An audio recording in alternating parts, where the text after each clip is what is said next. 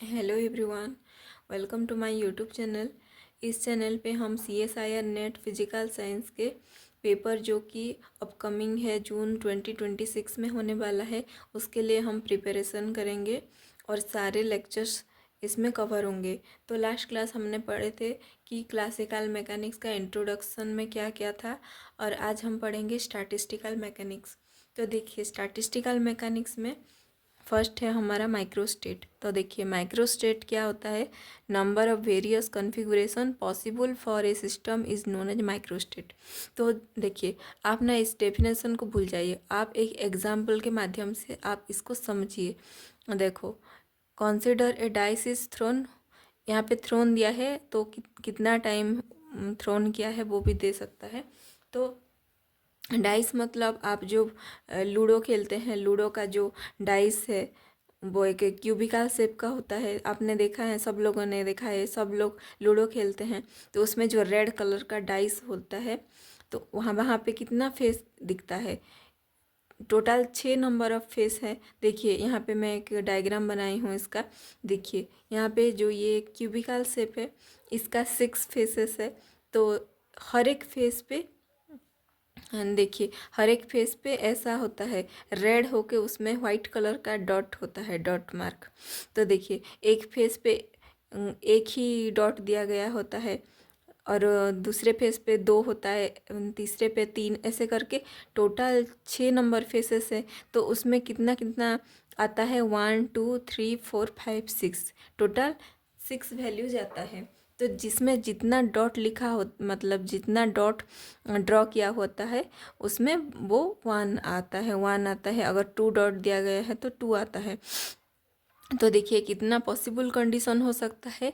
इनमें से किसी भी डाइस को थ्रो करने से किसी भी फेस दिख सकता है आपको।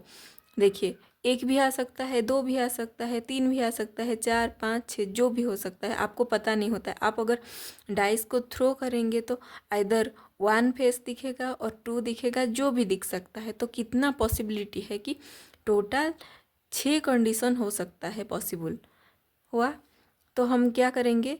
Consider a dice is thrown, we know that a dice has 6 faces. तो उसका 6 डिफरेंट फेसेस होता है, तो उसका वेरियस वैल्यूज होता है 1 2 3 4 5 6। तो हम क्या करेंगे? अगर डाइस को थ्रो करेंगे तो कितना पॉसिबल स्टेट आएगा, जितना पॉसिबिलिटी है।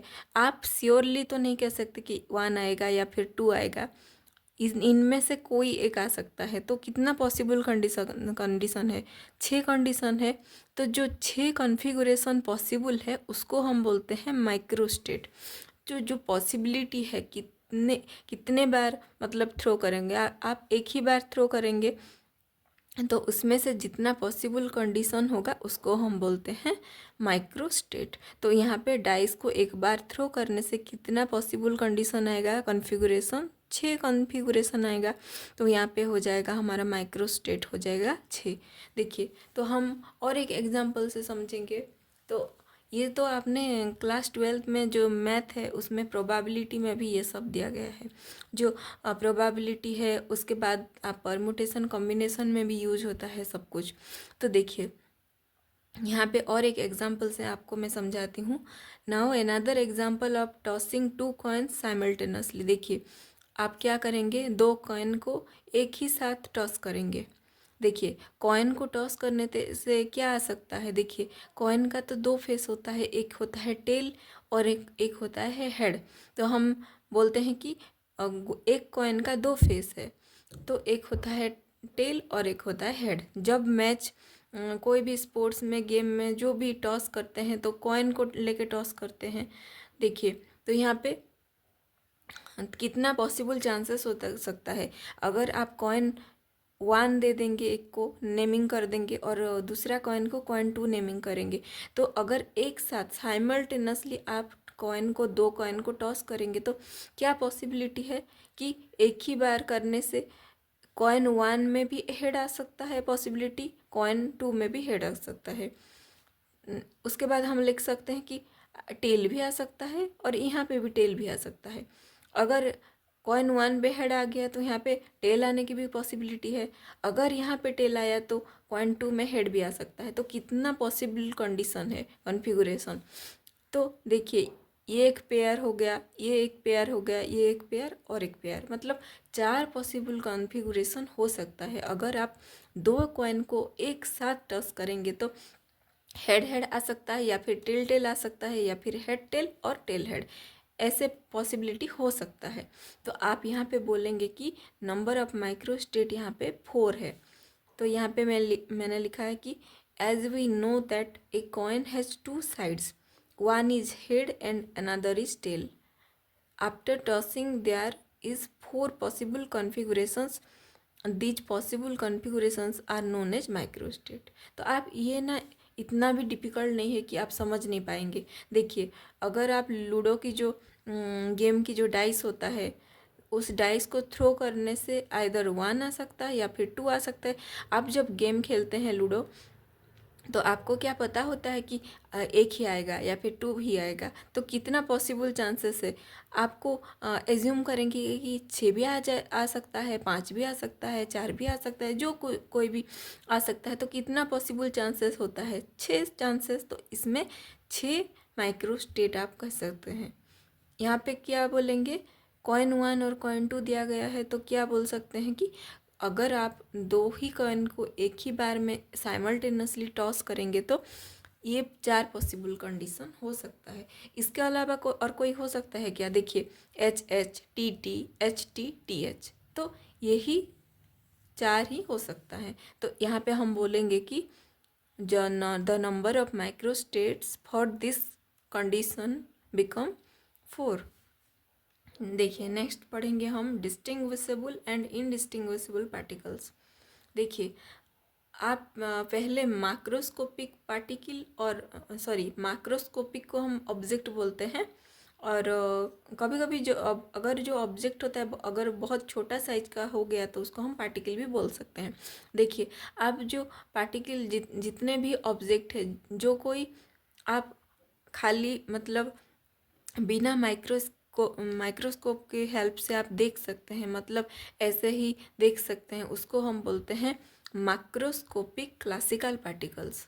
और जिस पार्टिकल को देखने के लिए माइक्रोस्कोप का यूज होता है उसको हम बोलते हैं माइक्रोस्कोपिक पार्टिकल।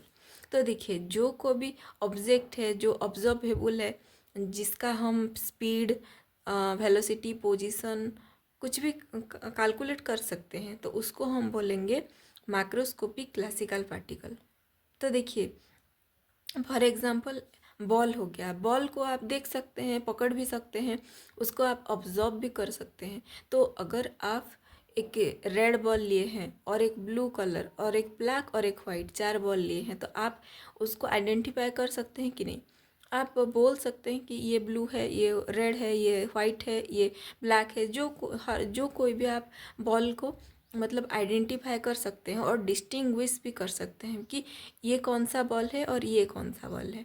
तो देखिए डिस्टिंग्विशेबल एंड इनडिस्टिंग्विशेबल पार्टिकल के बीच में क्या डिफरेंस होता है। देखिए all macroscopic classical particles are distinguishable in nature, but we can easily distinguish various particles, but quantum particles are indistinguishable in nature. देखिए जो क्लासिकल पार्टिकल होता है, क्लासिकल मतलब जो बड़ा ऑब्जेक्ट होता है जिसको आप ऑब्जर्व कर सकते हैं बिना माइक्रोस्कोप की हेल्प से, तो उसको आप डिस्टिंग्विश भी कर सकते हैं कि कौन सा पार्टिकल कौन सा है, मतलब कौन सा कलर का है, या फिर ये एक बॉल था वाइट कलर और एक दूसरा बॉल आ गया, आप आइडेंटिफाई कर सकते हैं उसको। और इनडिस्टिंग्विशेबल मतलब जो क्वांटम पार्टिकल होते हैं, फॉर एग्जाम्पल आप प्रोटॉन को ले सकते हैं। प्रोटॉन देखिए यहाँ पे प्रोटॉन प्रोटॉन प्रोटॉन ऐसे करके रह गया है, और इलेक्ट्रॉन इलेक्ट्रॉन इलेक्ट्रॉन ऐसे रह गया है। तो आप क्या कर सकते हैं, उसको ना आप डिस्टिंग्विश नहीं कर सकते हैं, मतलब उसका जो प्रॉपर्टीज़ होता है बहुत डिफरेंट डिफरेंट प्रॉपर्टीज़ होता है। तो उसका प्रॉपर्टी स्टडी करने के लिए आपको बहुत कुछ करना पड़ेगा, मतलब उसका मास, स्पिन, उसका मोमेंटम सब कैलकुलेट करके आपको ना बहुत टाइम लगेगा। आप इजीली उसको डिस्टिंग्विश नहीं कर सकते हैं। तो कौन सा पार्टिकल कौन सा है, तो वो सबको हम बोलते हैं क्वांटम पार्टिकल। और क्वांटम पार्टिकल किस नेचर के होते हैं, इनडिस्टिंग्विशेबल नेचर के होते हैं। तो यहाँ पे देखिए और एक concept, identical particle and non identical particle. देखिए आइडेंटिकल मतलब क्या बोलते हैं, आइडेंटिकल मतलब सेम और नॉन आइडेंटिकल मतलब different. whenever mass, charge and spin of particles are equal, then we can say them as identical particle। Jin particle की मास, charge और स्पिन सेम होता है उस सब पार्टिकल को हम बोलते हैं आइडेंटिकल पार्टिकल। और ये जो आइडेंटिकल नॉन आइडेंटिकल किस पार्टिकल के अंदर आप डाल सकते हैं इस कॉन्सेप्ट को, जो क्वांटम पार्टिकल होता है जो बहुत छोटा होता है उसमें आप आइडेंटिकल नॉन आइडेंटिकल, उसमें क्या क्या आता है, मास, चार्ज, स्पिन, ये सब आता है।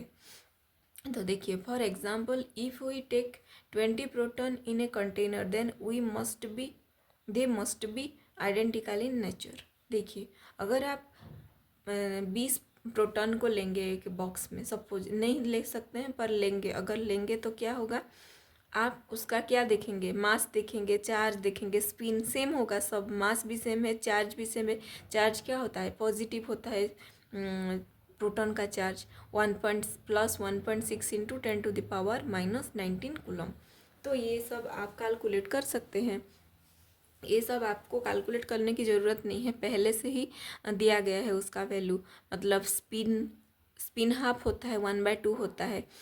तब उसके बाद देखिए मास, चार्ज, स्पिन, जिस पार्टिकल का मास, चार्ज, स्पिन सेम होता है उसको हम बोलते हैं आइडेंटिकल पार्टिकल्स। देखिए जिन पार्टिकल का मास, चार्ज, स्पिन सेम होता है उसको हम बोलते हैं आइडेंटिकल पार्टिकल। और जो पार्टिकल का मास, तो उसके बाद हम एक एग्जांपल से समझेंगे। Consider 10 proton and 10 electron in a container. तो हम क्या करेंगे, एक बॉक्स पे 10 प्रोटॉन लेंगे और 10 इलेक्ट्रॉन लेके जाएंगे। तो क्या होगा, we know that charge and mass of proton and electron are different. देखिए आपको पता है मास क्या होता है, प्रोटॉन का बहुत ज़्यादा होता है, 1836 टाइम्स ज़्यादा होते हैं इलेक्ट्रॉन से। और चार्ज क्या होता है, प्रोटॉन का चार्ज अगर पॉजिटिव हुआ तो इलेक्ट्रॉन का चार्ज नेगेटिव होता है। तो क्या होगा, दोनों के चार्ज और मास डिफरेंट होता है बट उनका स्पिन क्या होता है, हाफ होता है, तो इसमें सेम होता है।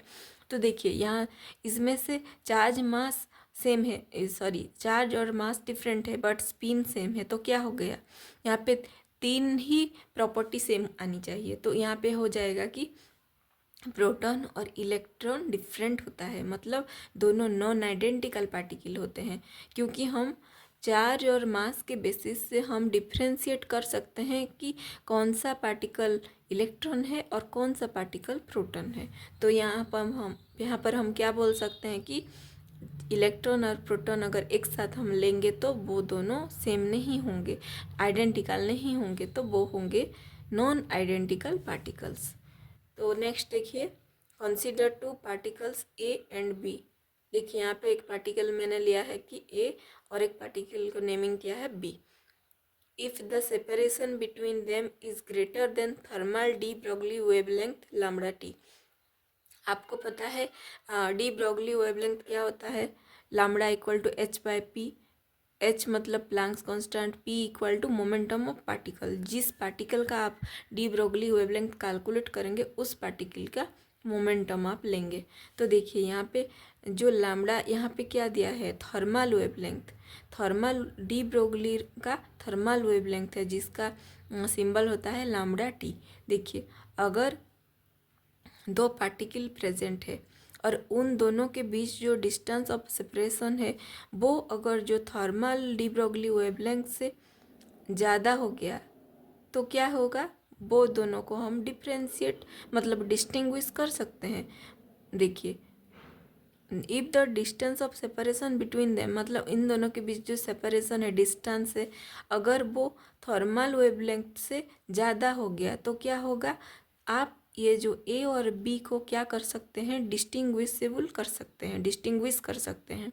तो देखिए when the distance of separation between them is less than और nearly equal to thermal de Broglie wavelength then both particles are indistinguishable in nature. देखिए आप ना और एक कॉन्सेप्ट से डिस्टिंग्विशेबल और इनडिस्टिंग्विशेबल पार्टिकल को आप डिफ्रेंशिएट कर सकते हैं किसके बेसिस पे, जो आपका थर्मल डी ब्रोगली वेवलेंथ से। अगर डिस्टेंस ऑफ सेपरेशन ज़्यादा हो गया तो वो हो जाएगा डिस्टिंग्विशेबल पार्टिकल। अगर distance of separation thermal wavelength से कम हो गया या फिर इक्वल, नियरली इक्वल हो गया, तो वो हो जाएगा इनडिस्टिंग्विशेबल पार्टिकल, और उसको हम बोलेंगे इनडिस्टिंग्विशेबल इन नेचर। तो देखिए यहाँ पे हम लिख सकते हैं कि thermal de Broglie wavelength can be mathematically expressed as lambda T equal to h by √2πm/k/t। देखिए वहाँ पे क्या था आपका ना, नॉर्मल डी ब्रोगली वेवलेंथ क्या था, लैम्बडा इक्वल टू h/p था, और यहाँ पे हो गया और एक नया फार्मूला। तो यहाँ पे क्या है, जो लैम्बडा टी किसको रिप्रेजेंट करता है, थर्मल डी ब्रोगली वेवलेंथ को, और h हो जाएगा आपका प्लैंक्स कांस्टेंट, m मतलब मास ऑफ पार्टिकल, जिस पार्टिकल के आप लेंगे उसका मास, के मतलब क्या होता है, के होता है बोल्ट्जमैन कांस्टेंट। आप नेक्स्ट पढ़ेंगे कि मैक्सवेल बोल्ट्जमैन डिस्ट्रीब्यूशन लॉ होता है, उसमें एक कांस्टेंट डिराइव होता है, उसको हम बोलते हैं बोल्ट्जमैन कांस्टेंट। यहाँ पे आप के भी लिख सकते हैं, यहाँ पे आप स्मॉल के बीटा भी लिख सकते हैं। यहाँ पे देखिए कैपिटल टी जो है वो टेम्परेचर ऑफ सिस्टम होता है। तो देखिए in thermodynamics we can study behaviour of gas molecules combinely और मैक्रोस्कोपिकली। देखिए यहाँ पे क्या दिया गया है कि थर्मोडायनामिक्स एंड स्टैटिस्टिकल मैकेनिक्स में क्या डिफरेंस होता है वो दिया गया है। तो देखिए in thermodynamics we can study behaviour of gas molecule combinely. देखिए आप थर्मोडायनामिक्स में क्या पढ़ते हैं कि जो गैस होता है, गैस मॉलिक्यूल के कंबाइन बिहेवियर आप स्टडी करते हैं, मतलब एज ए होल आप उसका जो स्टडी करते हैं वो माइक्रोस्कोपिक स्टडी होता है। मतलब आप ना इंडिविजुअल स्टडी नहीं करते हैं, आप मासली कंबाइनली उसके बारे में पढ़ते हैं। But in statistical mechanics we can study the behaviour of individual gas molecule. तो स्टैटिस्टिकल मैकेनिक्स में आप क्या पढ़ते हैं, जो कोई भी इंडिविजुअल गैस का मॉलिक्यूल होता है उस पर्टिकुलर मॉलिक्यूल के बारे में आप स्टडी करते हैं। That means the microscopic study of individual gas molecule और पार्टिकल। देखिए थर्मोडायनामिक्स में क्या डिफरेंस है, वो होता है माइक्रोस्कोपिक स्टडी, और उसको हम बोलते हैं कॉम्बाइन स्टडी, कॉम्बाइन प्रॉपर्टी आप स्टडी करेंगे। और स्टैटिस्टिकल में पढ़ेंगे इंडिविजुअल गैस मॉलिक्यूल के बारे में, मतलब आप माइक्रोस्कोपिक लेवल पे जाके उसके बारे में study. We know that there is random motion observed in gaseous molecule as compared to other molecules, so there are many configuration observed in case of gases। तो देखिए जो आप माइक्रोस्टेट बोलते हैं तो डिफरेंट कॉन्फ़िगरेशन रहता है, मतलब पार्टिकल का एक सिस्टम में जितना भी पार्टिकल रहता है उसका जो वेरियस कॉन्फ़िगरेशन को हम बोलते हैं माइक्रोस्टेट ऑफ द सिस्टम। तो देखिए गैस मॉलिक्यूल, मतलब अगर आप किसी भी मॉलिक्यूल को कंपेयर करेंगे, मतलब डिफरेंट स्टेट्स ऑफ मैटर आप पढ़े हैं कि सॉलिड, लिक्विड, गैस, तो जितने भी स्टेट में से गैस मॉलिक्यूल क्या होते हैं, रैंडम मोशन करते हैं, ज़्यादा उनका ना रैंडम मोशन और रैंडम पोजीशन ऑफ पार्टिकल ज़्यादा रहता है। मतलब उनको अगर आप कंपेयर करेंगे डिफरेंट स्टेजेस ऑफ मॉलिक्यूल के बारे में तो उनसे आप रैंडमनेस यहाँ पे ज़्यादा पाएंगे। तो इनके लिए ना कॉन्फ़िगरेशन भी बहुत ज़्यादा हो जाता है गैस के केस में। तो देखिए क्लासिफिकेशन ऑफ पार्टिकल हम करेंगे, मतलब जो डिफरेंट पार्टिकल होता है उसको हम कैसे क्लासीफाई करते हैं। देखिए the particles can be classified in 2 categories. देखिए जो पार्टिकल होते हैं उनको हम 2 कैटेगरी में डिफ्रेंशिएट करते हैं। एक होता है classical particle which is distinguishable in nature. मतलब क्लासिकल पार्टिकल क्या होता है, डिस्टिंग्विशेबल होता है, हम उसको ऑब्जर्व कर सकते हैं और कौन सा पार्टिकल कौन सा है आप इजीली डिस्टिंग्विश कर सकते हैं। एंड देखिए and the other is quantum particle which is indistinguishable nature. जो दूसरा पार्टिकल है वो होता है क्वांटम पार्टिकल और वो होता है इनडिस्टिंग्विशेबल नेचर। मैंने पिछले एग्जाम्पल में आपको समझाया है कि इलेक्ट्रॉन, प्रोटॉन, न्यूट्रॉन ये सब क्या होते हैं, क्वांटम पार्टिकल होते हैं। वो कैसे, आपको तो ऐसे नेकेड आई में तो दिखाई नहीं देते, अगर आप माइक्रोस्कोप के हेल्प से देखेंगे तो आप देख सकते हैं, वो भी बहुत मुश्किल है। देखिए quantum particles further classified in 2 categories. देखिए क्वांटम पार्टिकल जो होता है उसको फिर से हम फर्दर डिफ्रेंशिएट करते हैं, उसको हम बोलेंगे कि एक होता है फॉर्मियन और एक होता है बोसन। तो देखिए पहले हम क्लासिकल पार्टिकल के बारे में डिस्कस करेंगे। तो क्लासिकल पार्टिकल के प्रॉपर्टीज़ क्या होते हैं। देखिए classical particle have no spin. Spin मतलब क्या होता है, आप ना जो फर्दर स्टडी है उसमें पढ़ेंगे। स्पिन मतलब जो अपने ओन एक्सिस के अराउंड में जो रोटेशन होता है उसको हम बोलते हैं स्पिन मोशन, और उससे हम कैलकुलेट करेंगे कि स्पिन क्या होता है। तो देखिए यहाँ पे जो क्लासिकल पार्टिकल है उसका ना स्पिन नहीं होता। और देखिए ये जो क्लासिकल पार्टिकल होते हैं वो क्या ओबे करते हैं, दे ओबे मैक्सवेल बोल्ट्जमैन स्टैटिस्टिक। देखिए बहुत सारे साइंटिस्ट हैं जो कि स्टैटिस्टिकल मैकेनिक्स के वेरियस स्टडी के बारे में अपने एक्सपेरिमेंट के माध्यम से या फिर कोई मैथमेटिकल डेरिवेशन के अंडर में दिए हैं। तो वेरियस जो जो स्टैटिस्टिक होता है उसका लॉ भी डिफरेंट होता है। तो जो जो क्लासिकल पार्टिकल है वो क्या ओबे करते हैं, मैक्सवेल बोल्ट्जमैन जो स्टैटिस्टिक दिए हैं, जो ऑब्जर्वेशन दिए हैं, उस स्टैटिस्टिक को क्लासिकल पार्टिकल फॉलो करते हैं। देखिए any number of particle can exist in one energy level. देखिए आपको पता है कि एनर्जी लेवल डिफरेंट बहुत होते हैं। देखिए इसको हम बोलेंगे suppose E1, E2, E3, E4। तो देखिए एनर्जी लेवल क्या होता है, जिस लेवल में रहेंगे उस एनर्जी को वो क्या करेंगे, उस एनर्जी पोजेस करेंगे तभी इसमें इस स्टेट में रहेंगे। अगर ज़्यादा एनर्जी है तो हायर स्टेट को जंप करेंगे, अगर कम एनर्जी है तो लोअर स्टेट को जंप करेंगे। ये तो इलेक्ट्रॉन के केस में भी होता है। इलेक्ट्रॉन भी क्या होता है, अगर एनर्जी गेन करता है तो वो हायर लेवल को, एक्साइटेड लेवल को जंप कर जाता है। अगर वो एनर्जी एमिट करता है, मतलब इन टर्म्स ऑफ फोटोन के टर्म में इलेक्ट्रोमैग्नेटिक रेडिएशन जो एमिट करता है, तब क्या होता है, इलेक्ट्रॉन हायर से लोअर को जंप करता है। तो यहाँ पे देखिए अगर आप कितना भी पार्टिकल चाहो एक लेवल पे रख सकते हैं। मतलब यहाँ पे 4, 5, 6 जितना, अगर आपको 6 पार्टिकल दिया गया है तो आप यहाँ पे 6 भी रख सकते हैं, या फिर आपको आपका मन हो तो यहाँ पे 1, 2, 3, 4 करके फिर यहाँ से फिलअप कर सकते हैं। जो आपका जो भी मर्जी करे, आप जो भी कॉन्फ़िगरेशन देके या जो पार्टिकल है क्लासिकल पार्टिकल को आप अरेंज करके रख सकते हैं। तो देखिए this particles are distinguishable in nature, मतलब इसको आप डिफ्रेंशिएट कर सकते हैं कि कौन सा पार्टिकल कौन सा है। The mathematical formula to find out microstate for classical particle can be given as. देखिए अगर आप एक या दो, फिर 2 पार्टिकल या फिर 10 पार्टिकल दिया है तो आप कैलकुलेट कर सकते हैं। उससे ज़्यादा या फिर बहुत ज़्यादा हो गया तो क्या करेंगे आप ना, जो स्टैटिस्टिक यूज़ करके आप ना नहीं कर सकते हैं सॉल्व। तो इसके लिए आपको ना एक मैथमेटिकल फार्मूला दिया गया है, उस पर आप पुट करके आप ना आपका जो न्यूमेरिकल दिया होगा या फिर जो कोई भी कैलकुलेशन माइक्रोस्टेट फाइंड करने के लिए दिया होगा, तो आप ये यूज़ करके इजीली सॉल्व कर सकते हैं।